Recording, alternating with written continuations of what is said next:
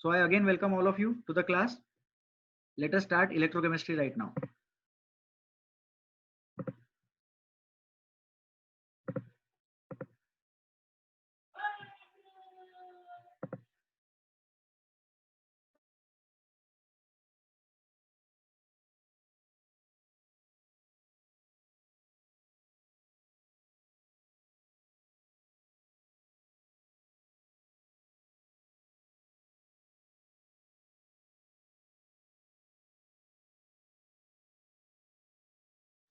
Suraj Rathi please unmute करें आप खुद को.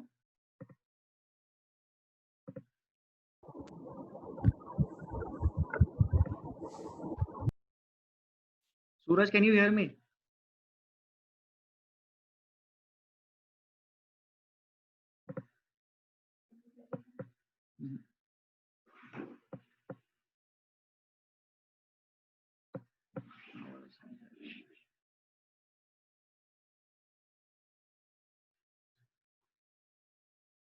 Rohit Thakre, please unmute.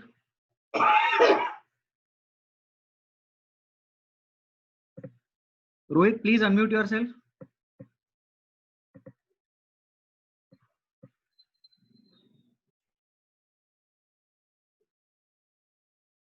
Guys, can you hear me? Please raise your hands if you can hear me.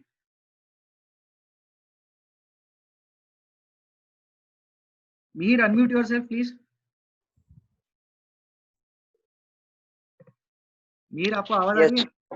Yes sir. Board पे क्या दिख रहा है? इलेक्ट्रोकेमिस्ट्री. ठीक है सर. अभी ओके श्योर म्यूट मत करना. ठीक है, हम क्लास डिस्कस करेंगे. तो for first 1 or 2 slides I would like to interact with someone from the class. ठीक है, पढ़िए. Mihir read. Introduction, galvanic cell, Daniell cell,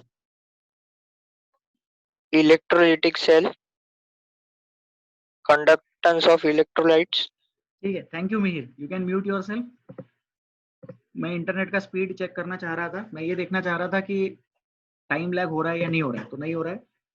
so yes, now we will talk about introduction of electrochemistry. तो electrochemistry बहुत बड़ा concept है. Class 12th में हमारे लिए एक इंपॉर्टेंट कंसेप्ट है. जेई में इसके क्वेश्चंस आते हैं, एडवांस में थोड़े डिफिकल्ट, मेंस में थोड़े इजी क्वेश्चंस आते हैं इस चीज के. अब इसके इंट्रोडक्शन पार्ट में हम इलेक्ट्रोलाइट्स और नॉन इलेक्ट्रोलाइट्स के बारे में बात करते हैं. We talk about electrolytes and non electrolytes in the introduction part. तो इंट्रोडक्शन में इलेक्ट्रोलाइट्स एंड नॉन इलेक्ट्रोलाइट्स की बात करेंगे. अब इलेक्ट्रोलाइट्स क्या होता है? ऐसे कंपाउंड्स, ऐसे सब्सटेंसेस, एलिमेंट्स नहीं होते, मिक्सचर्स भी नहीं होते, वो कंपाउंड्स होते हैं. ये वो कंपाउंड्स है जिसको पानी में डालने के बाद उसका एक्वस सॉल्यूशन इलेक्ट्रिसिटी कंडक्ट कर सकता है. तो सिंपल टर्म्स में aqueous solution of a particular compound can conduct electricity, then that compound is called as electrolyte. तो नॉन इलेक्ट्रोलाइट क्या हो जाएगा? नॉन इलेक्ट्रोलाइट में हम इलेक्ट्रिसिटी कंडक्ट नहीं करवा पाएंगे. सो aqueous solution of non electrolytes do not conduct electricity. aqueous solution of electrolytes conducts electricity. बस इतना ही है इंट्रोडक्शन में. इसके अलावा और हम ये बात करेंगे कि केमिकल एनर्जी और इलेक्ट्रिकल एनर्जी का इंटर कन्वर्जन कैसा होता है. तो मैं ये सब लोगों को बता दूं that inter conversion can happen both the ways. हम इलेक्ट्रिकल एनर्जी को केमिकल एनर्जी में भी कन्वर्ट कर सकते हैं, हम केमिकल एनर्जी को इलेक्ट्रिकल एनर्जी में भी कन्वर्ट कर सकते हैं. उसके लिए डिफरेंट टाइप ऑफ सेल होते हैं. सेल आप लोगों को पता होगा, 9th-10th में वर्ड सुना होगा. कैथोड एनोड जिसमें होता है, एक सॉल्यूशन होता है, उस चीज को हम सेल बोलते हैं. कैथोड एनोड वाली चीज को इलेक्ट्रोड बोलते हैं, राइट. तो इलेक्ट्रोलाइट ये वर्ड अलग. So there is a difference. एक वर्ड मैंने बताया इलेक्ट्रोलाइट, और एक वर्ड मैंने बोला इलेक्ट्रोड, और एक वर्ड आता है इलेक्ट्रोलिटिक सॉल्यूशन. तो ये 3 वर्ड्स के बारे में हम अभी डिस्कस करेंगे. इलेक्ट्रोलाइट मतलब एक ऐसी चीज जिसका एक्वस सॉल्यूशन इलेक्ट्रिसिटी कंडक्ट कर सकता है. तो इलेक्ट्रोलाइट मतलब क्या होगा? एक ऐसी चीज जिसका सॉल्यूशन इलेक्ट्रिसिटी कंडक्ट कर सकता है. इलेक्ट्रोड मतलब क्या है? इलेक्ट्रोड वो टर्मिनल है जिसको हमने सेल में डाला है. तो आप लोगों को ये चीज पता होगा कि कोई भी अगर हम इलेक्ट्रोलिटिक सेल, इलेक्ट्रोकेमिकल सेल के बारे में बात करें, तो इलेक्ट्रोकेमिकल सेल कुछ ऐसा दिखता है, राइट. ये जो है ये वाला part, this is the solution, this part is the solution. ये उसमें दो टर्मिनल हम डालते हैं, तो जो सॉल्यूशन है उसको इलेक्ट्रोलिटिक सॉल्यूशन बोलते हैं, उसमें कटायंस और अनायंस होते हैं, राइट। और ये जो दो टर्मिनल्स है उसको हम इलेक्ट्रोड बोलते हैं। So terminals are kept in the electrolytic solution, और ये कंटेनर होता है, ठीक है। फिर दूसरा फॉर्मेट क्या होता है हमारे पास, और एक फॉर्मेट होता है इलेक्ट्रोलिटिक सेल बनाने का।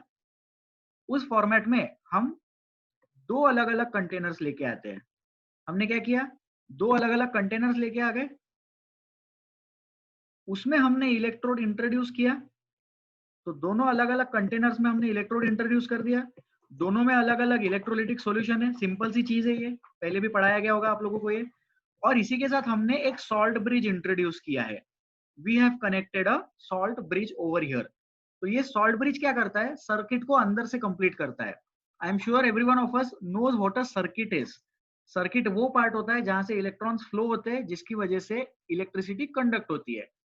सर्किट अगर कंप्लीट नहीं होगा तो उसको बोलते हैं open circuit, and open circuit से इलेक्ट्रिसिटी कंडक्ट नहीं होती है। तो जितना जरूरी होता है कि सर्किट बाहर से कंप्लीट हो, उतना ही जरूरी होता है कि सर्किट सेल के अंदर या सर्किट बैटरी के अंदर भी कनेक्टेड हो। इसका मतलब ये जो बड़ी वाली लाइन है और ये जो छोटी वाली लाइन है, ये अंदर से भी कनेक्टेड होनी चाहिए। अब इसमें तो अंदर से कनेक्ट करने की जरूरत नहीं है क्योंकि एक ही सॉल्यूशन में रखा है।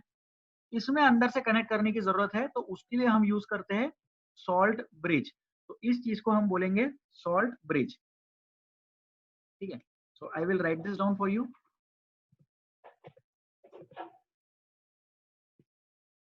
This thing is called as salt bridge, जो लेफ्ट वाले इलेक्ट्रोलिटिक सॉल्यूशन को राइट वाले इलेक्ट्रोलिटिक सॉल्यूशन से कनेक्ट करता है।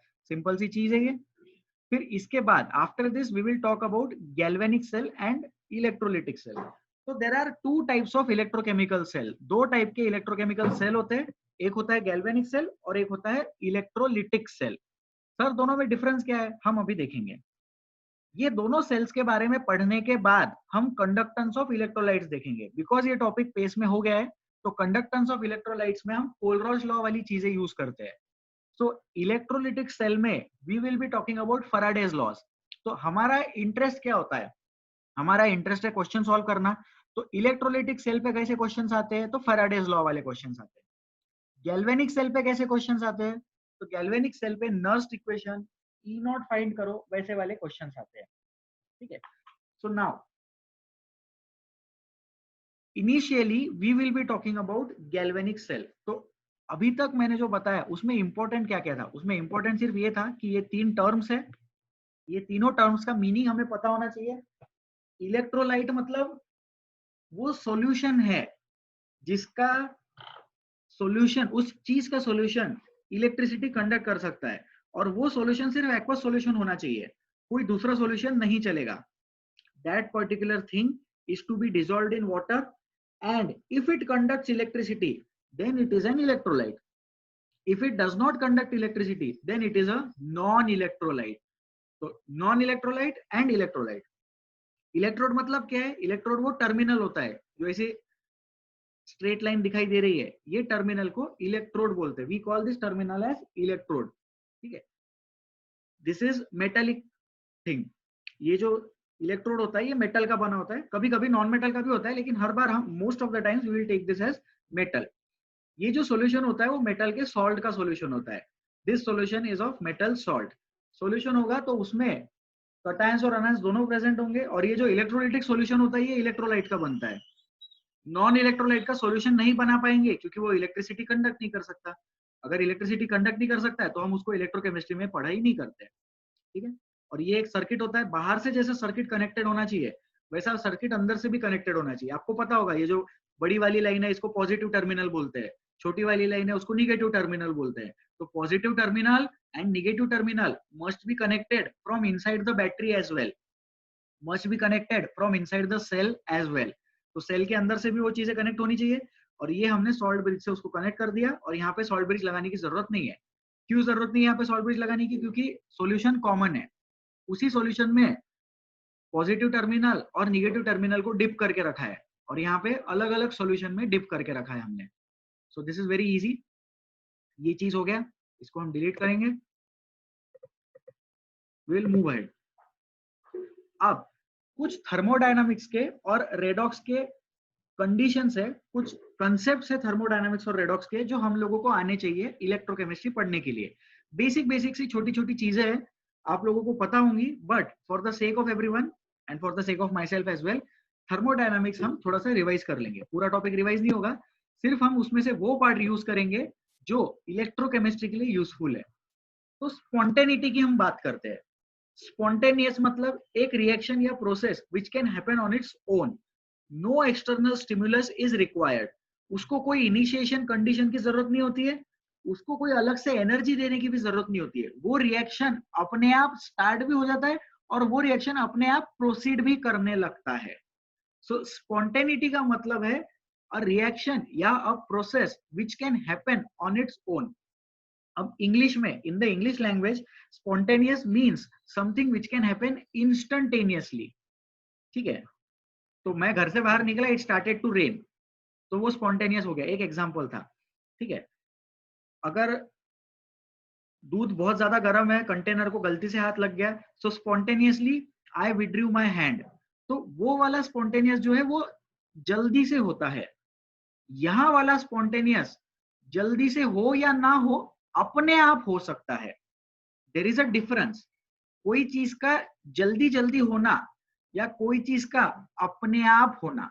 तो अपने आप होना हमारे लिए स्पॉन्टेनिटी है, उस चीज को एक्सटर्नल कंडीशन की रिक्वायरमेंट नहीं हुई। तो for example acid and base, इसका रिएक्शन स्पॉन्टेनियस है। फिर आप बोलोगे नहीं सर उनको मिक्स तो करना पड़ा ना, मिक्स किए बिना ऑब्वियसली वो रिएक्ट नहीं करेंगे, लेकिन मिक्स करने के बाद अलग से एनर्जी नहीं देनी पड़ी उसको, वो अपने आप रिएक्ट कर गए। अलग से टेम्परेचर कंडीशन मेंटेन नहीं करनी पड़ी। एसिड और बेस ने ऐसा नहीं बोला कि हम 50 डिग्री के ऊपर ही रिएक्ट करेंगे। एसिड और बेस रूम टेम्परेचर पे भी रिएक्ट करते, -10 डिग्री पे भी रिएक्ट कर जाएंगे अगर लिक्विड फॉर्मेट में है तो, राइट, एक्वस सॉल्यूशन में है तो reaction of acid and base is a spontaneous process, अपने आप हो सकता है। Rusting of iron is a spontaneous process, although it is very slow. लोहे का जंग लगना, रस्टिंग ऑफ आयरन, बारिश में लोहा रखा था, अगले साल खराब हो गया। क्यों खराब हो गया? क्योंकि वो रिएक्शन स्पॉन्टेनियस है। ऑक्सीजन के साथ आयरन रिएक्ट करके आयरन ऑक्साइड बना लेता है, Fe2O3 Fe3O4 जो भी बनाएगा, लेकिन वो जो बना रहा है वो अपने आप बना रहा है, वो प्रोसेस स्पॉन्टेनियस है। A reaction which can happen on its own. तो यहाँ पे ये जो ऑन इट्स ओन वर्ड है ये बहुत ज्यादा इंपॉर्टेंट है, इसको हम याद रखेंगे। ठीक है, उसके लिए कोई एक्सटर्नल स्टिमुलस की रिक्वायरमेंट नहीं होती है, वो चीज अपने आप प्रोसीड कर जाता है। ठीक है, नेक्स्ट। ठीक है, तो मैथमेटिकली स्पॉन्टेनिटी क्या होता है? Delta G less than 0। अब ये थोड़ा सा मैथ्स की बात कर लेते हैं, क्योंकि थर्मोडायनामिक्स में ओवरऑल फिजिकल केमिस्ट्री में हम बहुत सारे इक्वेशन से डील करने वाले हैं, बहुत सारे इक्वेशन से डील करते भी है हम लोग। तो स्पॉन्टेनिटी होता है delta G less than 0। Delta G क्या है? गिब्स फ्री एनर्जी का चेंज है। अगर लेस देन 0 रहेगा तो वो प्रोसेस स्पॉन्टेनियस है। ठीक है, चलो अब हम किसी से डिस्कस करेंगे। राज, राज उपासने, प्लीज अनम्यूट। सर बोलिए। सर बोर्ड पे दिखाई दे रहा है सर?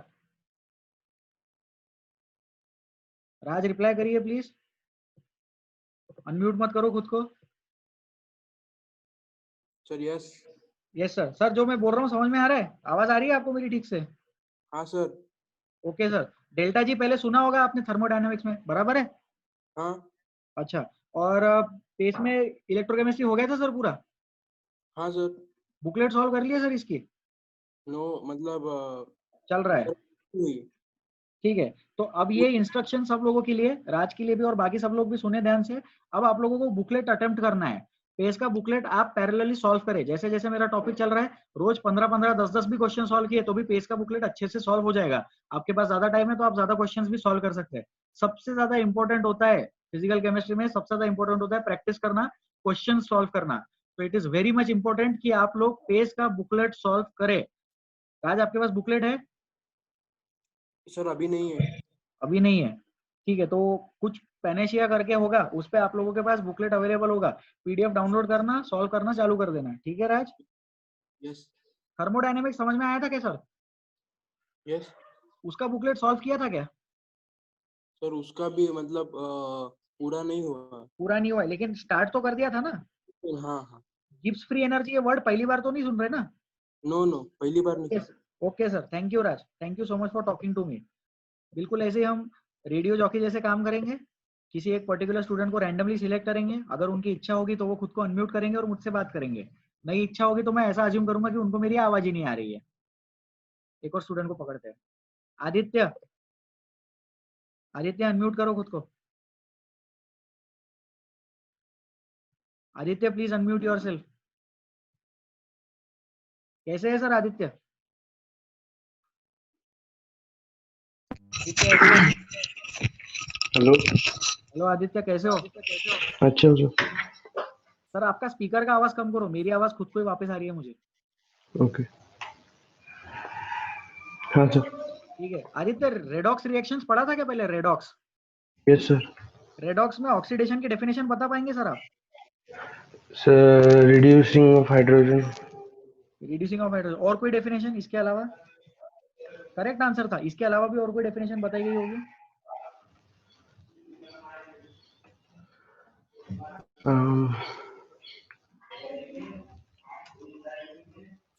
कुछ ऑक्सीजन के टर्म्स में था? Yes sir. बोलिए सर, ऑक्सीडेशन की यस सर। टर्म्स में क्या था डेफिनेशन? ऑक्सीडेशन मतलब loss of electron. Loss of electrons, very good sir, correct answer. Oxidation मतलब लॉस ऑफ इलेक्ट्रॉन्स, और रिडक्शन मतलब gaining of electron. Gain of electrons, correct answer. आप mute कर लो खुद को। ठीक है, तो क्या होता है इलेक्ट्रोकेमिस्ट्री टॉपिक में हम दो टॉपिक्स को यूज करते हैं। In the chapter electrochemistry we will be using thermodynamics, and along with thermodynamics we will be using redox reactions। तो redox और thermodynamics के थोड़े थोड़े concepts हम यूज करेंगे और इलेक्ट्रोकेमिस्ट्री को पढ़ाया जाता है। तो स्पॉन्टेनिटी क्या होता है? Delta G less than zero. Delta मतलब चेंज होता है, तो गिब्स फ्री एनर्जी का चेंज अगर जीरो से कम है तो वो रिएक्शन अपने आप हो जाएगा। ठीक है, फिर प्रोसेस मतलब क्या? प्रोसेस मतलब process can be physical change, PHY SiCl, और केमिकल चेंज। तो melting of ice, melting of ice is a physical process. Melting of ice जो है वो फिजिकल प्रोसेस है। Melting of ice at room temperature, melting of ice at room temperature is a spontaneous process. क्यों spontaneous process है? क्योंकि उसको अलग से एनर्जी नहीं देनी पड़ रही है, वो प्रोसेस अपने आप हो जा सकता है। That process can happen on its own, अपने आप हो जाएगा। It is a spontaneous process. लेकिन एक कंडीशन हमने लगा दी, वो कंडीशन है रूम टेम्परेचर। तो इसका मतलब एट टेम्परेचर, अगर टेम्परेचर -10 डिग्रीज है, अगर टेम्परेचर -10 डिग्री सेल्सियस है, तो melting of ice is non spontaneous. सोचो, ये दोनों स्टेटमेंट्स पे थोड़ा ध्यान दो। Try to compare these two statements. Ice का मेल्टिंग स्पॉन्टेनियस है, लेकिन हर कोई टेम्परेचर पे है क्या? नहीं। 0 डिग्री के ऊपर आइस का मेल्टिंग स्पॉन्टेनियस है, और 0 डिग्री के नीचे melting of ice is non spontaneous. अपने आप आइस मेल्ट नहीं होगा -10 पे, उसको मेल्ट करवाना पड़ेगा, अलग से एनर्जी देनी पड़ेगी। और अगर अलग से एनर्जी देनी पड़ रही है तो वो प्रोसेस क्या हो गया? नॉन स्पॉन्टेनियस हो गया। लेकिन melting of ice room temperature पे या कोई भी टेम्परेचर 0 डिग्री के ऊपर अलग से एनर्जी नहीं देनी पड़ती है, अपने आप वो प्रोसेस चल जाता है। It can happen on its own, तो उसको हम बोलेंगे स्पॉन्टेनियस प्रोसेस। तो सर फिर 0 डिग्री के नीचे क्या स्पॉन्टेनियस होगा? तो 0 डिग्री के नीचे फ्रीजिंग ऑफ वाटर, या फ्रीजिंग ऑफ लिक्विड वाटर लिखेंगे ज्यादा अच्छा हो जाएगा। Freezing of liquid water is spontaneous below 0 degree Celsius. 0 degree Celsius के नीचे फ्रीजिंग ऑफ वाटर जो है वो स्पॉन्टेनियस प्रोसेस है। अब आप लोग ये तीनों स्टेटमेंट्स को एक बार रीड करें। Please read these 3 statements. Melting of ice at room temperature is a spontaneous process. Freezing of liquid water is spontaneous below 0 degree Celsius, और 0 डिग्री सेल्सियस के नीचे melting of ice non spontaneous है। Room temperature पे 0 degree के ऊपर freezing of water non spontaneous है, water का freezing non spontaneous है, इसीलिए हम रेफ्रिजरेटर में वाटर को फ्रीज करते हैं. So this is about spontaneity. Okay. Reaction in galvanic cell is a spontaneous reaction. आप लोगों को पता होगा galvanic cell क्या होता है. Daniell cell, galvanic cell एक ऐसा सेल होता है जिसमें spontaneous reaction होती है. galvanic cell में chemical energy convert होती है electrical energy में. In a galvanic cell, chemical energy is converted into electrical energy. ठीक है. फिर reaction in electrolytic cell is a non spontaneous reaction. ये दो different type of electrochemical cell होते हैं, हमने अभी देखा. गैल्वेनिक सेल क्या होता है, स्पॉन्टेनियस होता है, और इलेक्ट्रोलिटिक सेल क्या होता है, नॉन स्पॉन्टेनियस होता है. तो इलेक्ट्रोलिटिक सेल में रिएक्शन करवानी पड़ती है. वी मेक दैट रिएक्शन, हम उसको एनर्जी देते हैं, जबरदस्ती एनर्जी देंगे, और फिर वो नॉन स्पॉन्टेनियस रिएक्शन को करवाना पड़ता है. गैल्वेनिक सेल में वो रिएक्शन अपने आप होती है. अब हम करंट के बारे में थोड़ा सा डिस्कस कर लेते हैं. फिजिक्स में पढ़ा होगा आप लोगों ने. सिंपल सा कंसेप्ट है, बहुत ज्यादा सिंपल है. कन्वेंशनल करंट का डायरेक्शन होता है पॉजिटिव से निगेटिव, बैटरी के बाहर. Right. The direction of current is positive to negative, from positive terminal to the negative terminal, but outside the battery. यहाँ पे आउटसाइड द बैटरी बोलना जरूरी है. क्यों आउटसाइड द बैटरी बोलना जरूरी है? क्योंकि इलेक्ट्रोकेमिस्ट्री में हम सेल के बारे में बात करते हैं, हम बैटरीज के बारे में भी बात करेंगे. So because we are talking about batteries, तो आउटसाइड द बैटरी या इनसाइड द बैटरी डिफाइन करना जरूरी है. फ्लो ऑफ इलेक्ट्रॉन्स जो है वो एक्चुअल करंट होता है. जो एक्चुअल करंट है वो क्या है, वो फ्लो ऑफ इलेक्ट्रॉन्स की वजह से होता है. क्यों होता है ऐसा? क्योंकि इलेक्ट्रिसिटी की डेफिनेशन क्या है? The definition of electricity is unidirectional flow of electrons. The definition of electricity is unidirectional flow of electrons. Sir यहाँ पे यूनिडायरेक्शनल क्यों लिखा? यूनिडायरेक्शनल इसलिए लिखा क्योंकि electrons, because electrons are always in random motion. जो इलेक्ट्रॉन्स है वो तो हमेशा ही घूम रहे हैं. हम वायर की बात कर रहे हैं, ठीक है. जो इलेक्ट्रॉन्स है वो तो हमेशा ही घूम रहे हैं, लेकिन अगर एक पर्टिकुलर डायरेक्शन में घूमना चालू करेंगे तो उसको बोलेंगे इलेक्ट्रिसिटी. तो इलेक्ट्रिसिटी होता है यूनिडायरेक्शनल फ्लो ऑफ इलेक्ट्रॉन्स. और यूनिडायरेक्शनल क्यों लिखा? क्योंकि इलेक्ट्रॉन्स तो हमेशा रैंडम मोशन में है, लेकिन अगर हम उसको पोटेंशियल डिफरेंस अप्लाई करें, तो पोटेंशियल डिफरेंस अप्लाई करने की वजह से इलेक्ट्रॉन्स एक पर्टिकुलर डायरेक्शन में मूव करना चालू हो जाते हैं. और वो कहां से मूव करेंगे? निगेटिव से पॉजिटिव की तरफ. Electrons move from the negative terminal to the positive terminal. यहां पर भी हम आउटसाइड द बैटरी डिस्कस करेंगे. We are interested in talking only with respect to outside the battery right now. Electrochemistry में हम सेल के बारे में भी डिस्कस करते हैं. सो एक्चुअल करंट क्या है? एक्चुअल करंट है फ्लो ऑफ इलेक्ट्रॉन्स, वो होता है निगेटिव से positive. Actual current is from negative to positive and conventional current is from positive to negative. इसको हम याद रखेंगे. अब बैटरी के अंदर क्या हो रहा है? सर फिर बाहर का तो आपने बता दिया, बैटरी के अंदर क्या प्रोसेस हो रहा है? तो बैटरी के अंदर एक्चुअली इलेक्ट्रॉन्स मूव करते ही नहीं है. बैटरी के अंदर मूव करते हैं कटायंस या फिर anions. Inside the battery there is no flow of electrons, there is flow of cations and anions. Electrons move नहीं करते, इसका मतलब अकेला इलेक्ट्रॉन मूव नहीं किया. कटायन और अनायन की वजह से चार्ज तो मूव करता ही है. Charge is definitely moving because of the movement of cations and anions, but electron as such is not moving. Actually electron का मूवमेंट नहीं हो रहा है, कटायंस या अनायंस का मूवमेंट हो रहा है. So now if you have any doubt still here, please raise your hand. तीन चार स्लाइड के बाद I will ask students to raise their hand if they have any difficulties. अगर यहां तक जो पढ़ाया इसमें किसी को कोई डिफिकल्टी या डाउट है तो please feel free to raise your hand. अपना हाथ उठाए अगर कोई डाउट या डिफिकल्टी है तो. किसी को कोई डाउट नहीं है? Very good. So I guess we can move ahead now. हम आगे बढ़ सकते हैं. Please, at any point of time, if you have difficulty, you can raise your hand.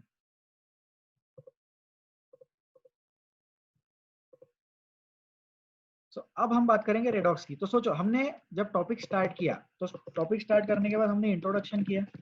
Introduction में हमने सिंपल बातें की, इलेक्ट्रोलाइट क्या होता है, नॉन इलेक्ट्रोलाइट क्या होता है, वो सारी चीजें. उसके बाद हमने थर्मोडायनामिक्स रिवाइज किया. थर्मोडायनामिक्स का हमने क्या रिवाइज किया कंसेप्ट? हमने फ्री एनर्जी वाला कंसेप्ट रिवाइज किया, गिब्स वाला कंसेप्ट जो है गिब्स फ्री एनर्जी वाला कंसेप्ट रिवाइज किया, और स्पॉन्टेनियस वाला रिवाइज किया, स्पॉन्टेनियस। उसके बाद हम लोगों ने करंट का डायरेक्शन देखा, करंट का डायरेक्शन हम लोगों ने फिजिक्स से जो सीखा था उसको हमने रिवाइज किया। और अब हम लोग now we will talk about redox. अब हम लोग रेडॉक्स के बारे में बात करेंगे। ओके, तो जैसा कि किसी स्टूडेंट से मैंने अभी पूछा था रिडक्शन और ऑक्सीडेशन का आप डेफिनेशन बता सकते हैं क्या? तो लॉस ऑफ इलेक्ट्रॉन मतलब ऑक्सीडेशन। अगर इलेक्ट्रॉन लूज हुआ तो ऑक्सीडेशन नंबर क्या होता है? इंक्रीज होता है। और रिडक्शन क्या होता है? रिडक्शन में होता है gain of electron. Gain of electron मतलब ऑक्सीडेशन नंबर क्या होगा? डिक्रीज होगा। अब जैसा ऑक्सीडेशन नंबर होता है वैसा रिडक्शन नंबर होता है क्या?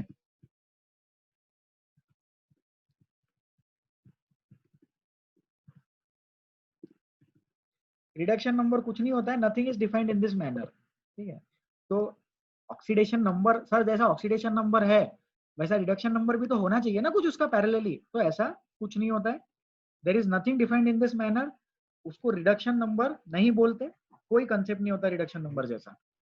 तो हमारे लिए हम ऑक्सीडेशन नंबर के टर्म्स में ही डील करेंगे। We will deal only with respect to oxidation number. ठीक है, रिडक्शन क्या होता है? रिडक्शन होता है decrease in oxidation number, and oxidation क्या होता है? ऑक्सीडेशन होता है increase in oxidation number. Loss of electron हुआ मतलब पॉजिटिव चार्ज बढ़ा या फिर निगेटिव चार्ज कम हुआ, बराबर है? सोचो, इलेक्ट्रॉन क्या हो रहा है? इलेक्ट्रॉन लूज हो रहा है, इलेक्ट्रॉन जा रहा है। अगर इलेक्ट्रॉन गया मतलब पॉजिटिव चार्ज बढ़ा होगा, तो या तो उसको ऐसा बोलो कि पॉजिटिव चार्ज बढ़ा, या तो ऐसा सोचो निगेटिव चार्ज कम हुआ। इस प्रोसेस को बोलते हैं ऑक्सीडेशन। तो loss of electron is called as oxidation. तो इधर देखो यहां पर लिखा है लॉस ऑफ इलेक्ट्रॉन और यहां लिखा है ऑक्सीडेशन। इसको हम लर्न करेंगे, याद रखेंगे इस चीज को। सिमिलरली इसका उल्टा, गेन ऑफ इलेक्ट्रॉन अगर हो रहा है तो गेन ऑफ इलेक्ट्रॉन का मतलब क्या होता है? गेन ऑफ इलेक्ट्रॉन मतलब निगेटिव चार्ज बढ़ा होगा। Gain of electron means negative charge बढ़ा या फिर पॉजिटिव चार्ज जो है वो कम हुआ होगा। तो इस प्रोसेस को बोलते हैं, this process is called as reduction. तो लर्न क्या करना है हमें? Gain of electron reduction learn करना है, loss of electron oxidation learn करना है। Loss of electron is oxidation, gain of electron is reduction. अब बहुत इंपॉर्टेंट कंसेप्ट, रिडक्शन और ऑक्सीडेशन साइमल्टेनियसली होते हैं। दुनिया में कोई ऐसी रिएक्शन नहीं है कि सिर्फ रिडक्शन हो गया। अगर वैसी रिएक्शन है तो उसको हाफ रिएक्शन बोलेंगे, हाफ प्लस हाफ कंप्लीट होता है। तो मैं ये कह रहा हूं कि दुनिया में ऐसी कोई एक रिएक्शन नहीं है जिसमें सिर्फ रिडक्शन हुआ। दुनिया में ऐसी कोई एक रिएक्शन नहीं है जिसमें सिर्फ ऑक्सीडेशन हुआ। Oxidation and reduction always happen in pairs. Oxidation और रिडक्शन जो है हमेशा पेयर में होते हैं, हमेशा साइमल्टेनियसली अकर होते हैं। अगर एक स्पीशीज का रिडक्शन हो रहा है तो दूसरी स्पीशीज का ऑक्सीडेशन होता है। दूसरी स्पीशीज का ऑक्सीडेशन हो रहा है तो पहली स्पीशीज का रिडक्शन होता है। सेल्फ ऑक्सीडेशन, ये एक इंपॉर्टेंट वर्ड है। सामने वाले को रिड्यूस किया, if we are reducing the other species, if we are reducing the other species, that means it is undergoing self oxidation। तो सामने वाले को रिड्यूस करना या खुद को ऑक्सीडाइज करना एक ही बात है। सामने वाले को ऑक्सीडाइज करना या खुद को रिड्यूस करना एक ही बात है। और ये दोनों प्रोसेस हमेशा साइमल्टेनियसली चलते हैं। Both the processes happen simultaneously and therefore it is called as redox. Any doubt still here? ये स्लाइड थोड़ा सा इंपॉर्टेंट है, ये नोट्स में आपके पास डेफिनेटली होगा, अगर नहीं है तो आप लोग इसको अभी लिख सकते हैं। Please write this down with you if you don't have this concept with you.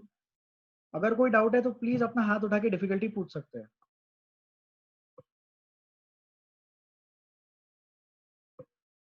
Mihir Joshi please unmute. Yes sir. Sir reduction oxidation समझ में आ रहा है? Yes sir. बोर तो नहीं हो रहा सर? स्लो हो रहा है क्या बहुत? नहीं नहीं बराबर है सर। बराबर है सर स्पीड? Yes sir. होगा सर पहले क्लास में, यस पेस में भी हो गया होगा, लोकल लेक्चर्स में भी हो गया होगा। यस यस ठीक है, sir. Okay sir, thank you. Mute कर लो सर। ठीक है, तो आई गेस किसी को लिखना नहीं है, तो वी विल गो अहेड। तो वही, अगर एक स्पीशीज रिड्यूस हो रही है तो दूसरी स्पीशीज का ऑक्सीडेशन होता है, तो इसको सेलुलर ऑक्सीडेशन बोलेंगे। और कोई स्पीशीज अगर ऑक्सीडाइज हो रही है तो उसको कोई ना कोई तो ऑक्सीडाइज कर ही रहा होगा। जो उसको ऑक्सीडाइज कर रहा है वो सेल्फ रिडक्शन में जा रहा है। नेक्स्ट, ठीक है, ये इंपॉर्टेंट स्लाइड है, इसको ध्यान से सुनेंगे, please pay attention to this. लोगों को डाउट होता है सर एजेंट क्या होता है, रिड्यूसिंग एजेंट, ऑक्सीडाइजिंग एजेंट। फिर दूसरा डाउट लोगों को बहुत ज्यादा इसमें आता है, सर पावर और पोटेंशियल में क्या फर्क है। आधे से ज्यादा लोगों को तो यही नहीं समझता पोटेंशियल होता क्या है, तो प्लीज इस चीज का ध्यान रखें। अच्छा ऑक्सीडाइजिंग एजेंट कौन होगा? अच्छा ऑक्सीडाइजिंग एजेंट वो होगा जो सामने वाले को ऑक्सीडाइज कर सकता है। एजेंट मतलब क्या? एजेंट मतलब सामने वाले के रिस्पेक्ट में सोचने वाला। तो ऑक्सीडाइजिंग एजेंट मींस सामने वाले को ऑक्सीडाइज करना है। तो अगर सामने वाले को ऑक्सीडाइज करना है तो खुद को रिड्यूस होना होता है। सोचो, खुद जब रिड्यूस होगा तभी वो सामने वाले को ऑक्सीडाइज करा पाएगा। One which can oxidise others. और रिड्यूसिंग एजेंट कौन होता है? One which can reduce others, जिसका सेल्फ ऑक्सीडेशन होता है। सेल्फ ऑक्सीडेशन मींस खुद ऑक्सीडाइज होगा और सामने वाले को रिड्यूस करेगा। तो इस कंडीशन में सामने वाले को ऑक्सीडाइज करना है, सामने वाले को ऑक्सीडाइज करना है, इसका मतलब टेक इलेक्ट्रॉन्स फ्रॉम अदर। तो जो ऑक्सीडाइजिंग एजेंट है, वो ऑक्सीडाइजिंग एजेंट क्या करता है? सामने वाले से इलेक्ट्रॉन लेता है, टेक करता है इलेक्ट्रॉन्स को। इलेक्ट्रॉन एक्सेप्ट करेगा, खुद रिड्यूस हो जाएगा, तो सामने वाला ऑक्सीडाइज हो जाएगा। तो ऑक्सीडाइजिंग एजेंट जो है उसका इलेक्ट्रॉन्स लेने में इंटरेस्ट होना चाहिए, बराबर है। ऑक्सीडाइजिंग एजेंट की इच्छा होनी चाहिए कि मैं सामने वाले से इलेक्ट्रॉन्स ले लूं। और रिड्यूसिंग एजेंट के लिए हम क्या लिख सकते हैं? On the similar line, give electrons to other. Reducing agent की क्या इच्छा है? रिड्यूसिंग एजेंट की इच्छा है इलेक्ट्रॉन्स देना है। सामने वाले को अगर इलेक्ट्रॉन देंगे तो सामने वाले को रिड्यूस कर पाएंगे, सामने वाले को रिड्यूस कर पाएंगे तो खुद ऑक्सीडाइज हो पाएंगे। तो गिव इलेक्ट्रॉन टू अदर मतलब अच्छा रिड्यूसिंग एजेंट। फिर इसी के साथ एक इंपॉर्टेंट स्टेटमेंट हम याद रखेंगे,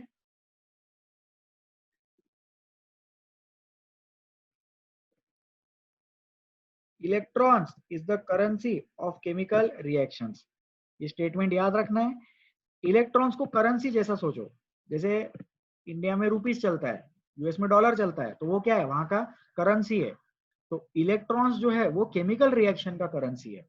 ये ऑर्गेनिक केमिस्ट्री में आप लोगों ने डिस्कस किया होगा।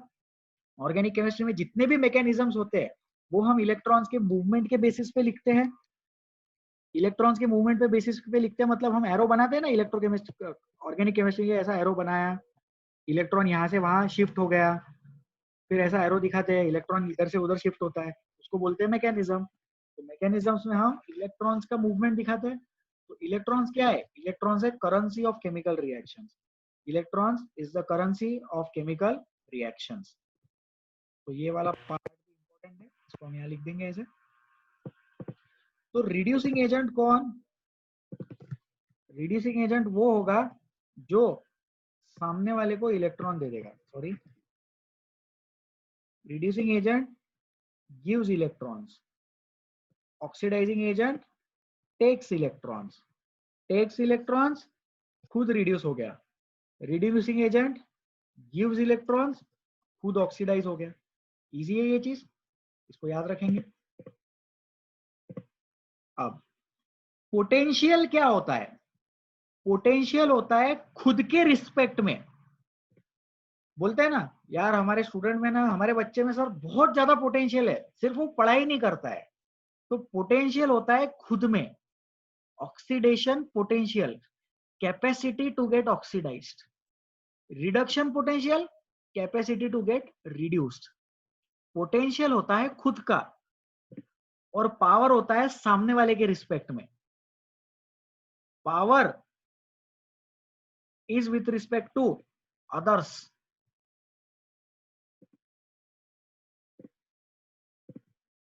हम पावर किसके सामने दिखाते हैं?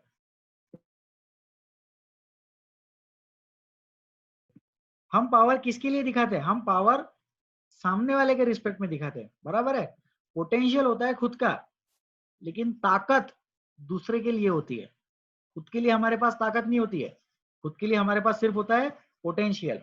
तो ऑक्सीडेशन पोटेंशियल मतलब capacity to get oxidised. Reduction potential मतलब capacity to get reduced. Oxidising power मतलब सामने वाले को ऑक्सीडाइज करते आना चाहिए, और रिड्यूसिंग पावर मतलब सामने वाले को रिड्यूस करते आना चाहिए। सामने वाले को रिड्यूस करना है मतलब खुद को ऑक्सीडाइज करना है, और सामने वाले को ऑक्सीडाइज करना है तो खुद को रिड्यूस करना है। दिया भी खुद जल जल के दूसरों को रोशनी देता है। जब खुद जलेगा तभी सामने वाले को लाइट एनर्जी और हीट एनर्जी दे पाएगा। तो रिड्यूस करना है सामने वाले को, तो रिड्यूसिंग पावर अच्छा मतलब खुद का ऑक्सीडेशन पोटेंशियल अच्छा होना चाहिए। अब तक ये तो पता ही होगा सब लोगों को कि ऑक्सीडेशन और रिडक्शन एक दूसरे के अपोजिट होते हैं। ऑक्सीडेशन का उल्टा रिडक्शन।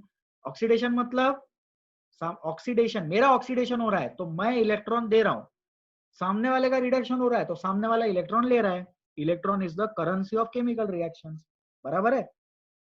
तो ऑक्सीडाइजिंग पावर, मेरा ऑक्सीडाइजिंग पावर अच्छा है मतलब मेरा रिडक्शन पोटेंशियल ज्यादा है, और सामने वाले का रिड्यूसिंग पावर ज्यादा है मतलब सामने वाले का ऑक्सीडेशन पोटेंशियल ज्यादा है।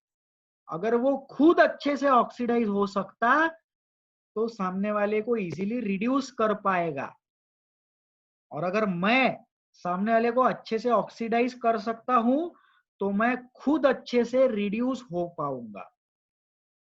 So I hope this is very clear to all of you. ये एक बहुत ज्यादा इंपॉर्टेंट स्लाइड है। अगर आप लोगों के पास लिखा हुआ भी है, स्टिल आई वुड रिकमेंड कि जो भी बोर्ड पे दिख रहा है उसको नोटबुक में लिख लो। फोटो मत लो, स्क्रीनशॉट मत लो, खुद के हाथ से लिखोगे तो वो चीज ज्यादा अच्छे से याद रहेगा, ऐसा मेरा मानना है। सर आपके मानने से क्या होता है? आपको मानना है आप मानो। Please write this down with all of you. ये अपने पास लिख के रखो। Oxidation potential, reduction potential, oxidising power, reducing power, ये चीजें तो पता होनी चाहिए। Capacity to get oxidised, oxidation potential. Capacity to get reduced, reduction potential. और सामने वाले के रिस्पेक्ट में आता है पावर। तो ये 6 पॉइंट्स याद रखना। Remember these 6 points. चलो we will go ahead now, हम आगे बढ़ते हैं। Any doubt still here? यहाँ तक कोई भी डाउट है तो हाथ उठाओ। Raise your hand if you have any difficulty till here. यार कोई डाउट पूछ ही नहीं रहा है यार, या तो लोगों को इंटरेस्ट नहीं आ रहा है, या तो मैं बोर कर रहा हूँ, या तो ये सब कुछ समझ में आता है लोगों को। चलो रैंडमली किसी स्टूडेंट को सिलेक्ट करके।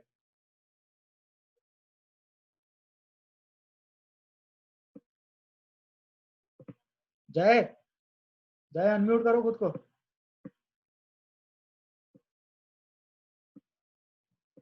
जय please unmute yourself. Yes sir. Sir ये कंसेप्ट समझ में आया क्या sir? Yes sir. Sir power सामने वाले के लिए रहता और पोटेंशियल खुद के लिए रहता, क्लियर हुआ? यस। सर बोर तो नहीं हो रहा है ना? नहीं नहीं। ठीक है सर, थैंक यू। देखो ऐसा है, अपनी घर की बात है, मेरे को पढ़ाना है, आप लोग को पढ़ना है ना? तो अगर कभी भी ऐसा लगे कि सर बोर हो रहा है, थोड़ा फास्ट लो, या सर नहीं समझ में आया एक बार फिर से बता दो, सर ये चीज हमको ठीक से आता है, आगे बढ़ सकते। अगर ऐसी कंडीशन है तो please raise your hand and tell me your request. But I would like to take everyone's interest in consideration and topic की हम स्पीड थोड़ी बढ़ा सकते हैं, बट बहुत ज्यादा नहीं बढ़ा सकते। अगर आपको कोई टॉपिक आता है दूसरे को नहीं आता है तो मुझे पढ़ाना वो चीज जरूरी है, ठीक है। अगर आपको कोई टॉपिक नहीं आता है तो आप उसके लिए बताएं, वो चीज डिस्कस कर लेंगे। अगर कोई टॉपिक नहीं आता है, कोई टॉपिक दोबारा एक्सप्लेन करना है, तो you can raise your hand and tell me, ठीक है। जय, आई गेस आपने हाथ उठाया था, please ask. Jay, please unmute and please ask me your difficulty. Sir speed थोड़ा बढ़ा सकते? स्पीड, हाँ सर, थोड़ा बढ़ा देते हैं, मुझे भी लग रहा है स्पीड थोड़ा इंक्रीज करना चाहिए। नेक्स्ट पॉइंट, तो ये स्लाइड हो गया अभी। इसके बाद अब जो मैंने अभी बताया वही पॉइंट यहाँ पे लिखा हुआ है। अच्छे ऑक्सीडाइजिंग एजेंट का ऑक्सीडाइजिंग पावर बहुत होता है, मतलब उसका रिडक्शन पोटेंशियल बहुत है, मतलब उसमें बहुत पोटेंशियल है रिड्यूस होने के लिए। तो वो चीज क्या करता है, वो चीज इलेक्ट्रॉन्स को इजीली एक्सेप्ट कर सकता है, ठीक है। तो ये वाला जो स्लाइड था, ये देखो, ये पिछला वाला स्लाइड, हमने पोटेंशियल और पावर को रिलेट कर दिया। अब हम उस चीज को एजेंट से रिलेट करेंगे। तो तीन चीजें हैं, पावर है, पोटेंशियल है और एजेंट है। अब हम इन तीनों को एक साथ कंपेयर करते हैं। तो इन तीनों को एक साथ कंपेयर करने के लिए ये दो स्टेटमेंट है मेरे पास में। ऑक्सीडाइजिंग एजेंट अच्छा है, मतलब उसका ऑक्सीडाइजिंग पावर बहुत है, मतलब उसका रिडक्शन पोटेंशियल बहुत है। और अच्छा रिड्यूसिंग एजेंट है तो उसका रिड्यूसिंग पावर बहुत है, तो उसका ऑक्सीडेशन पोटेंशियल बहुत है। तो इसको हम थोड़ा सा लिख लेते हैं। Oxidising agent is directly proportional to reduction potential, ठीक है। तो हम इसको ऐसे रिडक्शन पोटेंशियल लिखेंगे, डायरेक्टली प्रोपोर्शनल। और रिड्यूसिंग एजेंट मतलब ऑक्सीडेशन पोटेंशियल। तो ऑक्सीडेशन पोटेंशियल रिड्यूसिंग एजेंट जैसा, और रिडक्शन पोटेंशियल ऑक्सीडाइजिंग एजेंट जैसा, okay.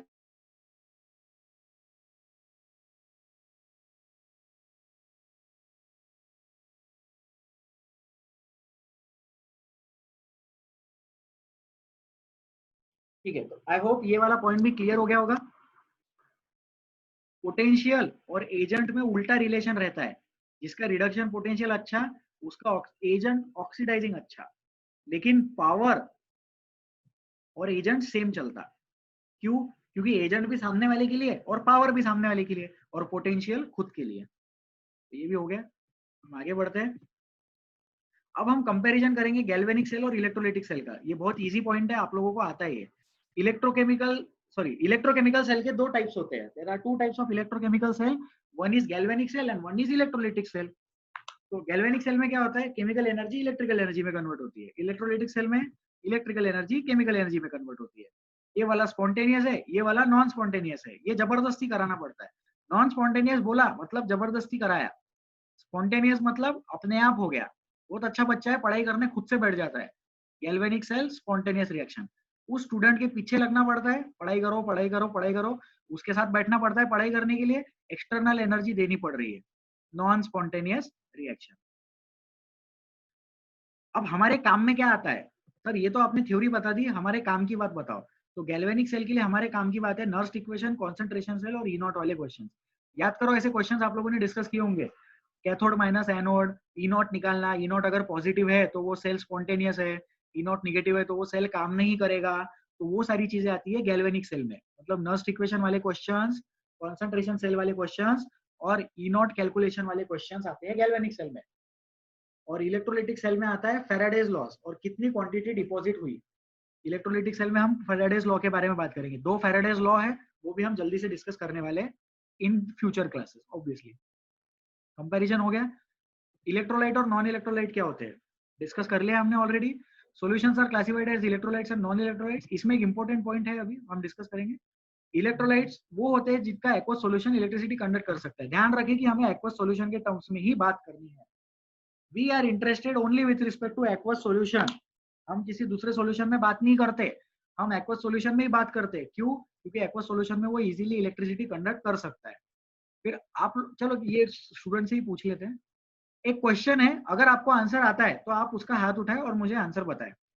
The question is why only aqueous solution is used.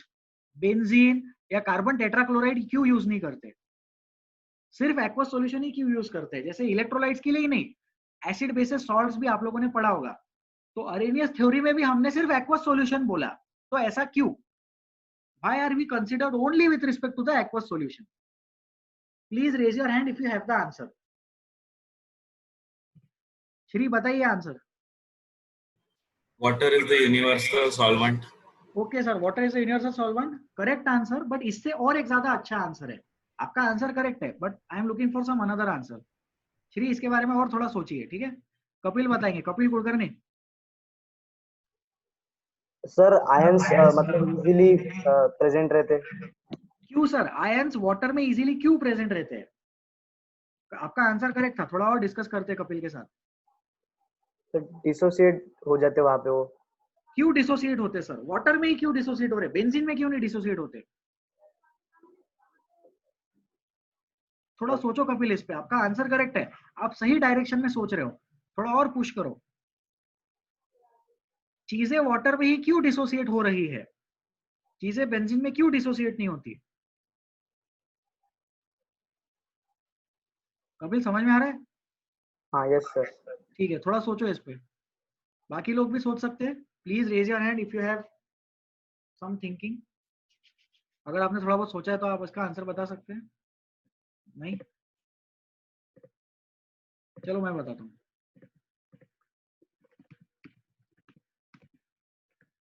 Water is polar solvent, like dissolves like. सुना होगा आप लोगों ने। वाटर जो है वो पोलर सॉल्वेंट है, इसीलिए उसमें चीजें डिसोसिएट होती है। अब उसमें डिसोसिएट होंगी तो पॉजिटिव और निगेटिव सेपरेट हो सकते, कटायन और अनायन अलग अलग जा सकते। बेंजीन में क्या है, अगर हम कोई भी चीज डालें, डिसॉल्व हो भी जाए तो भी वो कटायन और अनायन में सेपरेट नहीं होगा। लाइक डिसॉल्व्स लाइक एक कंसेप्ट होता है, और वाटर पोलर सॉल्वेंट है, और हम अगर उसमें कोई चीज डालेंगे तो अगर वो चीज डिसोसिएट होती है तो वो कटायन और अनायन में डिसोसिएट हो पाएगी वाटर में। फॉर एग्जाम्पल सॉल्ट, सॉल्ट पानी में डालो, पानी में सॉल्ट डिसॉल्व होता, डिसॉल्व होने के बाद डिसोसिएट होता। सॉल्ट अगर बेंजीन में डालो, डिसॉल्व होता भी होगा तो भी डिसोसिएट नहीं हो पाएगा। सिमिलरली शुगर, पानी में डालो, डिसॉल्व हो जाता शुगर, लेकिन डिसोसिएट नहीं होता। तो जो चीज पानी में डिसोसिएट हो सकती, वो चीजें इलेक्ट्रिसिटी कंडक्ट कर सकती, इसीलिए हम पानी को यूज करते हैं। And therefore water is used, and water is also a universal solvent, no doubt in that. Because of the same reason, acids और बेसिस की डेफिनेशन में भी, अरेनियस थ्योरी में भी एक्वस सॉल्यूशन लेते हैं। तो जो एक्वस सॉल्यूशन की कंडीशन है वो कोई ऐसी वैसी कंडीशन नहीं है, बहुत इंपॉर्टेंट कंडीशन है। क्यों इंपॉर्टेंट है? क्योंकि वाटर जो है वो क्या है, पोलर सॉल्वेंट है। आई होप क्लियर हो गया होगा। वाटर पोलर सॉल्वेंट है, वो लाइक डिसॉल्व्स लाइक फॉलो करता है, और इसीलिए एक्वस सॉल्यूशंस इलेक्ट्रिसिटी कंडक्ट कर सकते हैं। तो कुछ इलेक्ट्रोलाइट्स के हम एग्जांपल देख लेंगे। Salt solution, acid solution, base solution. Non electrolyte क्या होते हैं? ऐसे एक्वस सॉल्यूशन जो इलेक्ट्रिसिटी कंडक्ट नहीं कर सकते, वहां भी एक्वस लेना जरूरी है। क्यों लेना जरूरी है? क्योंकि हम दोनों को कंपेयर करना चाहते हैं। हम इलेक्ट्रोलाइट और नॉन इलेक्ट्रोलाइट को कंपेयर करना चाहते हैं, तो वहां पे दोनों में एक्वस सॉल्यूशन लेना सेम लेना जरूरी है। इसके एग्जांपल्स देख लो। Sugar in water, sugar solution, benzene in water and urea in water. ठीक है, तो ये हो गए नॉन इलेक्ट्रोलाइट के एग्जांपल्स। अब इलेक्ट्रोलाइट जो है वो फर्दर क्लासीफाई होते हैं स्ट्रॉन्ग इलेक्ट्रोलाइट और वीक इलेक्ट्रोलाइट में। तो स्ट्रॉन्ग एंड वीक और are with respect to degree of dissociation. जिस तरह से वीक एसिड्स और वीक बेसिस डिफाइन किए गए थे, वीक एसिड्स और वीक बेसिस होते हैं, और दूसरे कंडीशन में स्ट्रॉन्ग एसिड्स और स्ट्रॉन्ग बेसिस होते हैं, बराबर। तो उसी तरह से वीक इलेक्ट्रोलाइट भी होते हैं, इलेक्ट्रो, और साथ में क्या होता है कंपैरेटिवली, स्ट्रॉन्ग इलेक्ट्रोलाइट। तो ये जो वीक इलेक्ट्रोलाइट और स्ट्रॉन्ग इलेक्ट्रोलाइट वाली बात है ना, ये हम डिस्कस करते हैं कंडक्टेंस के टाइम पे, जब कोलरॉस लॉ पढ़ाया जाता है। आप लोगों ने पढ़ा होगा कोलरॉस लॉ में, याद करो, स्ट्रॉन्ग इलेक्ट्रोलाइट और वीक इलेक्ट्रोलाइट के बीच में डिफरेंस बताते हैं। स्ट्रॉन्ग इलेक्ट्रोलाइट का बिहेवियर अलग होता है और वीक इलेक्ट्रोलाइट का बिहेवियर अलग होता है। तो वो चीज हम कब पढ़ेंगे? लास्ट वाला concept, conductance of electrolytes, कोलरॉस law वाली चीजें जब हम पढ़ाई करते हैं। तब तक के लिए हमारे लिए सब कुछ स्ट्रॉन्ग इलेक्ट्रोलाइट रहेगा। जितने भी गैल्वेनिक सेल, इलेक्ट्रोलिटिक सेल है, उसमें हमें इलेक्ट्रोलाइट के बारे में सोचने की बिल्कुल भी जरूरत नहीं होती है। तो इस स्लाइड से हमें क्या समझ में आया? सॉल्यूशन दो टाइप के होते हैं, इलेक्ट्रोलाइट और नॉन इलेक्ट्रोलाइट। इलेक्ट्रोलाइट के एग्जांपल, नॉन इलेक्ट्रोलाइट के एग्जांपल, और इस स्लाइड से हमने ये भी समझा कि एक्वस सॉल्यूशन ही क्यों लिया। तो व्हाई एक्वस सॉल्यूशन, क्यों लिया aqueous solution? Because water is a polar solvent, water जो है वो पोलर सॉल्वेंट है, इसीलिए हमने एक्वस सॉल्यूशन को कंसीडर किया है। तो ये वाला स्लाइड एक बार आप लोग रीड कर लो जल्दी से, फिर हम आगे बढ़ेंगे।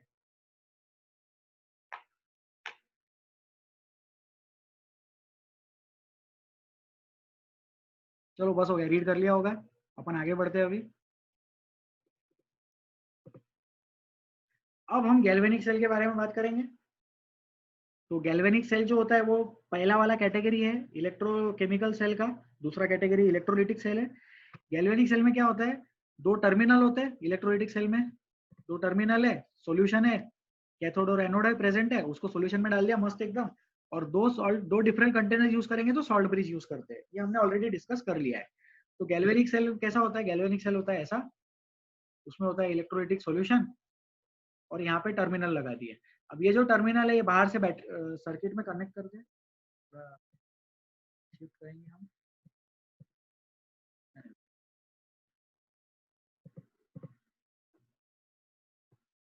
This is the solution, these are the terminals, और ये देखो रेड कलर की ऑरेंज कलर की अपन ने बाहर से वायर लगा दी, और ये यहाँ पे हमने एक बल्ब लगा दिया, यानी यहाँ बल्ब लगा देंगे अपन। ठीक है, देखो येलो कलर का बल्ब ग्लो कर रहा है। क्यों ग्लो कर रहा है? क्योंकि सर्किट कंप्लीट है इसलिए। सर्किट अगर कंप्लीट नहीं होगा तो बल्ब ग्लो नहीं करेगा। सर्किट क्यों कंप्लीट है? क्योंकि बाहर से वायर एकदम कट टू कट कनेक्टेड है और अंदर भी एक ही सॉल्यूशन है। अगर ये ऐसा कंसीडर करें हम, ये देखो ये दो डिफरेंट कंटेनर्स है, ये दो कंटेनर्स में अलग अलग जगह पे अपन ने टर्मिनल लगा दिए, बाहर से रेड कलर की वायर भी लगा दी, वायर करके बीच में रेड कलर की वायर भी लगा दी, उस पर बल्ब भी लगा दिया मस्त एकदम। ये बल्ब ग्लो करेगा क्या? इस कंडीशन में ये बल्ब ग्लो नहीं करेगा। क्यों ग्लो नहीं करेगा? क्योंकि इस कंडीशन में यहाँ पे सॉल्ट ब्रिज नहीं है, बैटरी अंदर से कनेक्टेड नहीं है, बैटरी का पॉजिटिव टर्मिनल और निगेटिव टर्मिनल अंदर से भी कनेक्टेड होना चाहिए। तो अगर हम यहाँ पे ऐसा ग्रीन कलर का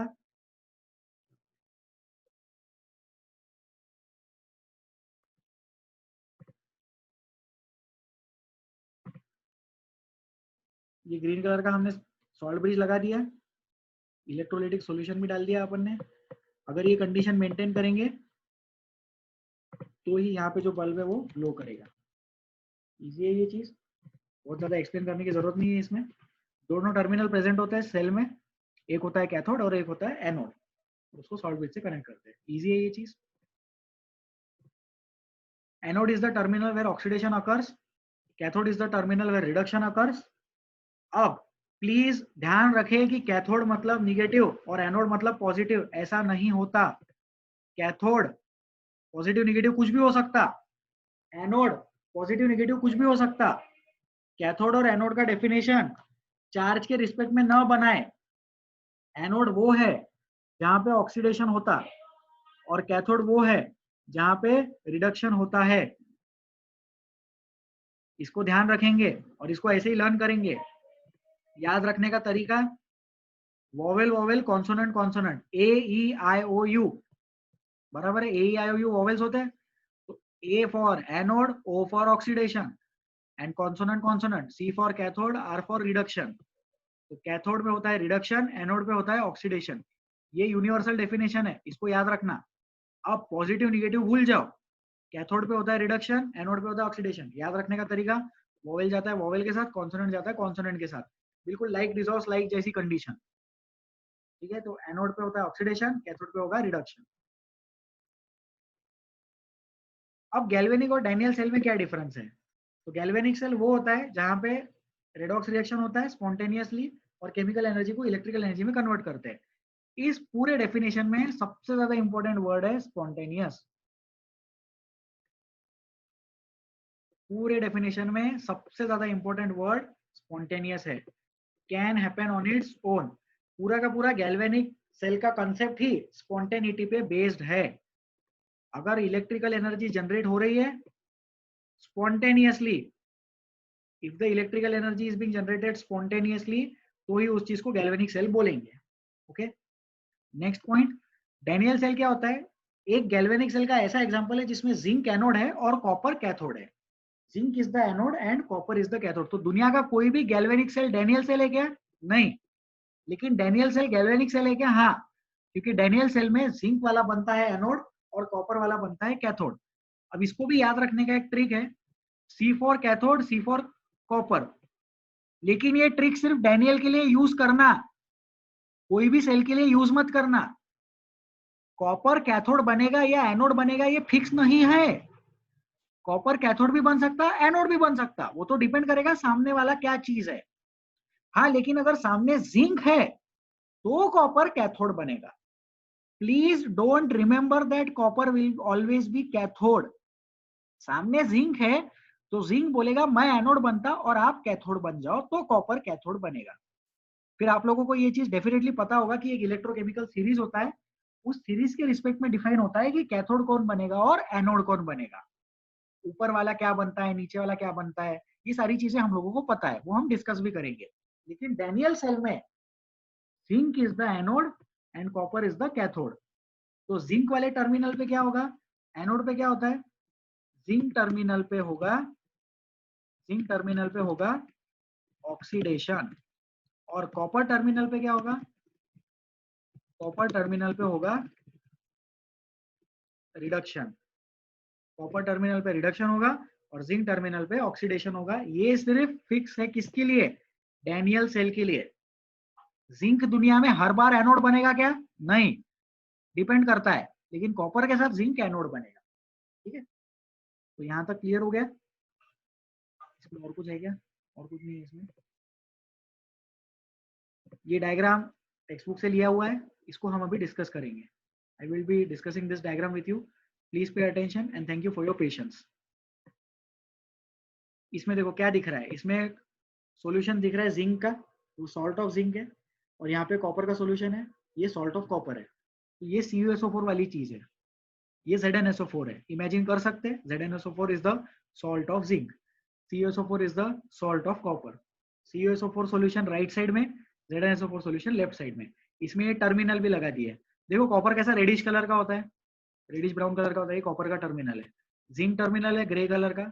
ये सॉल्यूशन कलरलेस होता है। ZnSO4 zinc solution is colourless, copper solution is blue colour. अब जिंक वाला टर्मिनल एनोड है, कॉपर वाला टर्मिनल कैथोड है। ठीक है, तो देखो कॉपर टर्मिनल कैसा पॉजिटिव आ गया फिर भी कैथोड आ गया, जिंक टर्मिनल कैसा निगेटिव आ गया फिर भी एनोड आ गया। तो वो चीज भूल जाओ कि निगेटिव वाला कैथोड होगा और पॉजिटिव वाला एनोड होगा, वो कंसेप्ट गया। अब नया कंसेप्ट, कॉपर पे होता है, कैथोड पे होता है रिडक्शन, जिंक पे होता है, एनोड पे होता है ऑक्सीडेशन। इस चीज को याद रखेंगे। इलेक्ट्रॉन्स कहाँ फ्लो कर रहे हैं? इलेक्ट्रॉन्स जा रहे हैं जिंक से कॉपर की तरफ एक्सटर्नल सर्किट में। इलेक्ट्रॉन्स जा रहे हैं जिंक से कॉपर की तरफ एक्सटर्नल सर्किट में, और करंट जा रहा है कॉपर से जिंक की तरफ। Actual current is flowing from copper to zinc. तो हम यहाँ लिख देते हैं साइड में, conventional current copper to zinc, flow of electrons zinc to, छोटा लिखेंगे, जिंक टू कॉपर। ये कहाँ है? एक्सटर्नल सर्किट की बात हो रही है, एक्सटर्नल सर्किट में हो रहा है ये। जिंक से कॉपर की तरफ इलेक्ट्रॉन्स गए तो कन्वेंशनल करंट कॉपर से जिंक की तरफ गया। ठीक है, सॉल्ट ब्रिज भी लगा दिया है हमने यहाँ पे, एक सॉल्ट ब्रिज भी प्रेजेंट है मस्त। अब ध्यान से देखो, please pay attention very carefully over here. Electrons are flowing out of the circuit from the zinc terminal. Electrons are flowing out of the circuit from the zinc terminal. बराबर है, electron बाहर जा रहा है। तो अगर इलेक्ट्रॉन बाहर जा रहा है तो जिंक वाला जो मेटल है, ये जिंक का मेटल है ना, ये सॉल्यूशन वाला जिंक, ये मेटल वाला जिंक।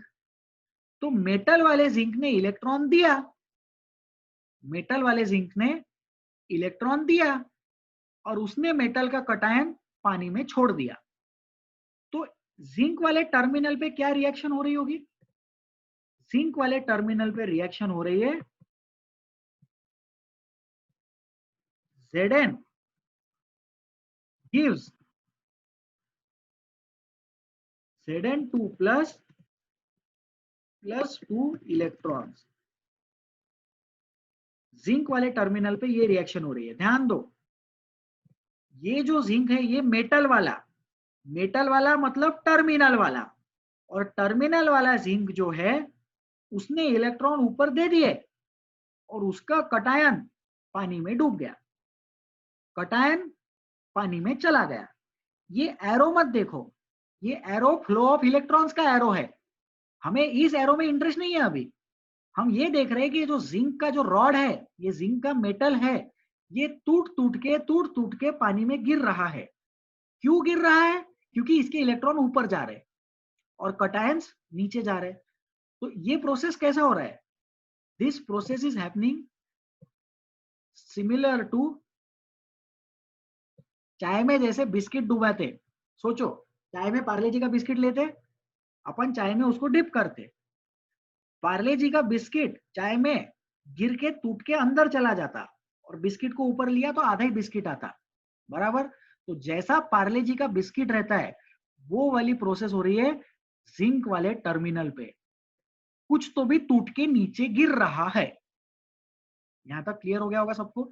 बिस्किट वाला एग्जांपल याद रखेंगे, चाय में बिस्किट डूबता, चला जाता, नीचे गिर जाता, सेटल डाउन हो जाता, वैसे ही जिंक के कटायंस बनते और जिंक का मेटल पतला होता जाता।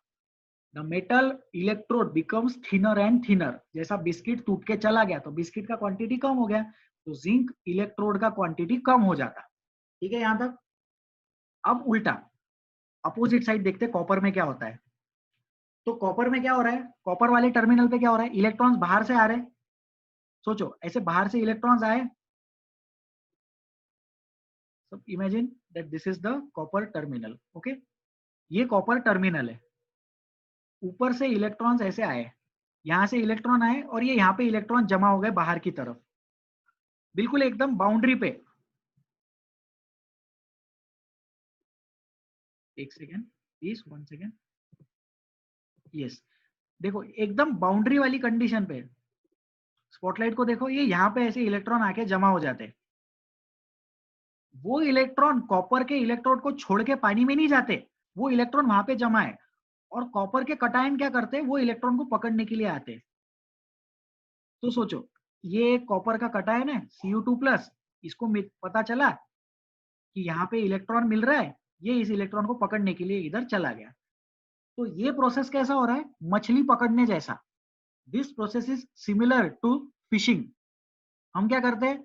मछली पकड़ने के लिए बड़ा सा रॉड जैसा कुछ लेते, स्ट्रिंग लेते, उस पे दाना अटकाते, फिर मछली उस दाने को पकड़ती है और वहीं पे अटक जाती है। तो कॉपर का कटायन इलेक्ट्रॉन पकड़ने के लिए गया और उस इलेक्ट्रोड पे अटक गया, चिपक गया। तो एज टाइम प्रोसीड्स कॉपर का इलेक्ट्रोड ठीक होता जाता है, मोटा बनता जाता है। तो जिंक वाला इलेक्ट्रोड टूटता गया और कॉपर का इलेक्ट्रोड मोटा होता गया। जिंक वाली कंडीशन में पार्ले जी बिस्किट याद रखेंगे, पार्ले जी जिंक, और कॉपर वाली चीज में फिशिंग याद रखे। मछली आई, दाना देखी, दाना पकड़ने के लिए गई और वहां पे अटक गई। अब आपको क्या करना है? सिर्फ छोटी सी चीज ये याद रखनी है कि जिंक बोलने की जगह उस चीज को कैथोड या एनोड बोलेंगे तो उसको एनोड बोलेंगे, और कॉपर वाली चीज को कॉपर ना बोलते हुए उसको कैथोड बोल देंगे। तो लर्न क्या करना है? सर काम की चीज बताओ, कहानी मत बताओ यार, बोर मत करो, काम की चीज बताओ। काम की चीज ये है कि एनोड वाली कंडीशन पे पार्ले जी होता और कैथोड वाली कंडीशन पे मछली पकड़ने बैठते।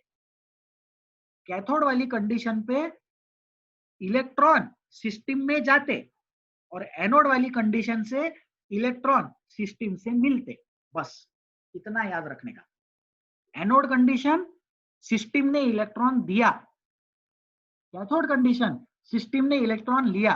और ये भी याद रखने की जरूरत नहीं है, क्यों? क्योंकि एनोड पे होता है ऑक्सीडेशन, ऑक्सीडेशन मतलब इलेक्ट्रॉन दे दिया, कैथोड पे होता है रिडक्शन, रिडक्शन मतलब इलेक्ट्रॉन ले लिया, रिडक्शन एक्सेप्टिंग इलेक्ट्रॉन, तो कैथोड इलेक्ट्रॉन एक्सेप्ट करता है, फिशिंग हो रही है।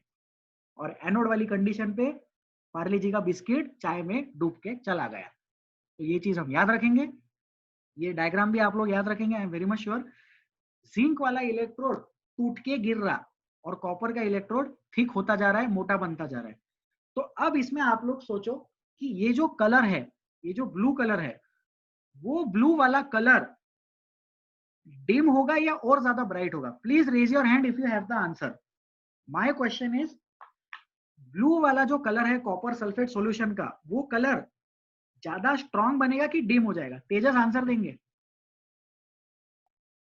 सर डिम हो जाएगा। क्यों डिम होगा सर? आपको क्यों लगता है डिम होगा? सर वो CuSO4 में से कॉपर चले गए ना, मतलब तो फिर वेरी गुड, CuSO4 से कॉपर चले गए इसलिए वहां का कलर फीका पड़ जाएगा, वो कलर डिम हो जाएगा।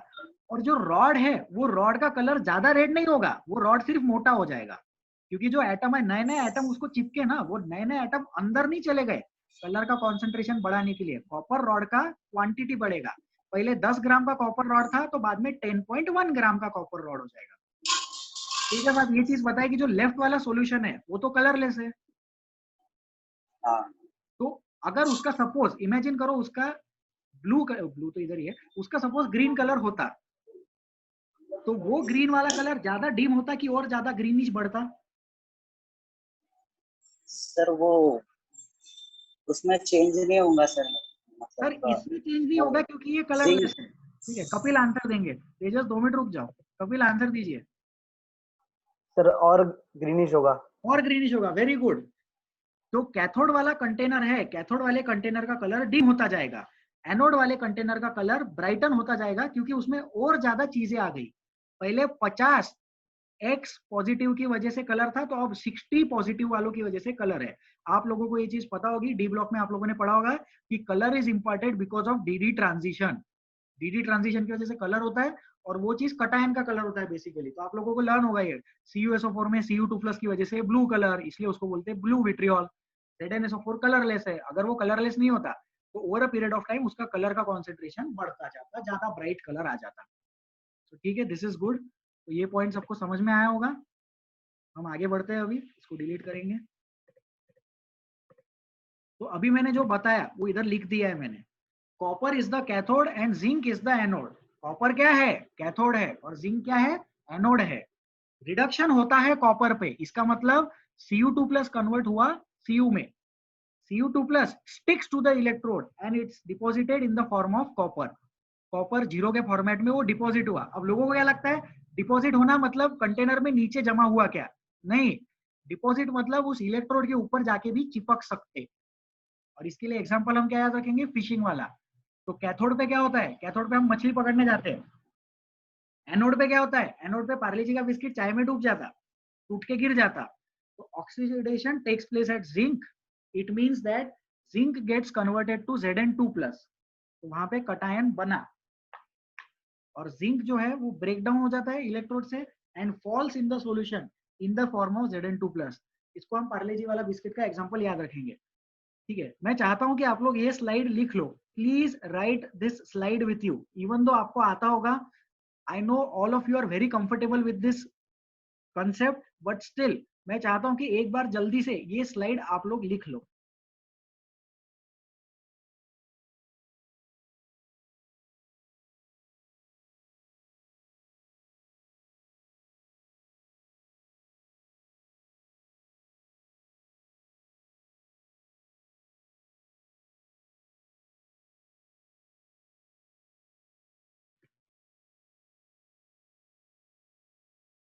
चलो आगे बढ़ते हैं।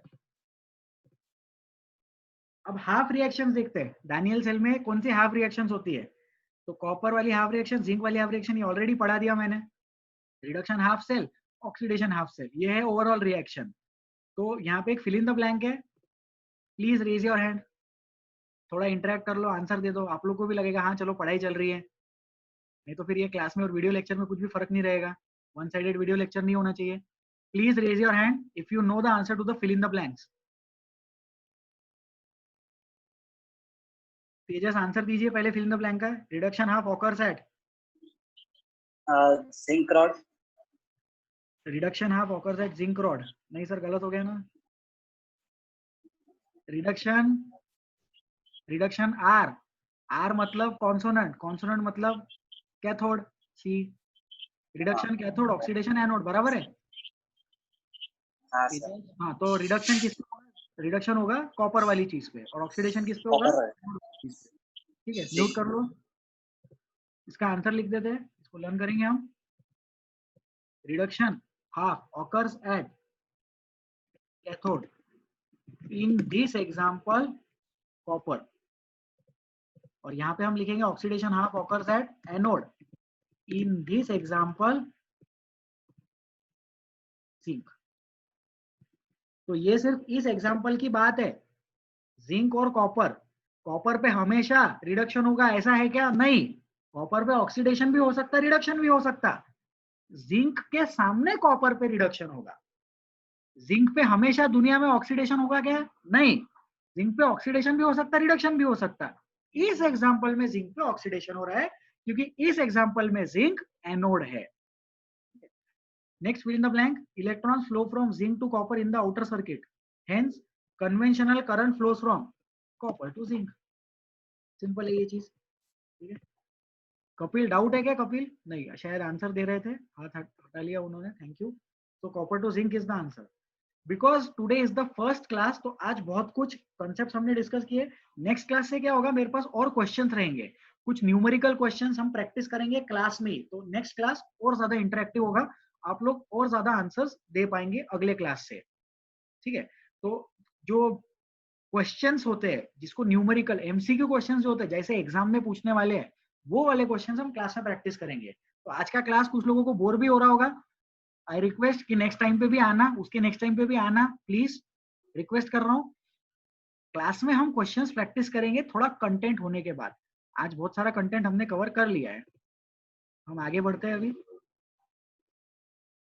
अब ई सेल देखते हैं क्या होता है, सेल पोटेंशियल।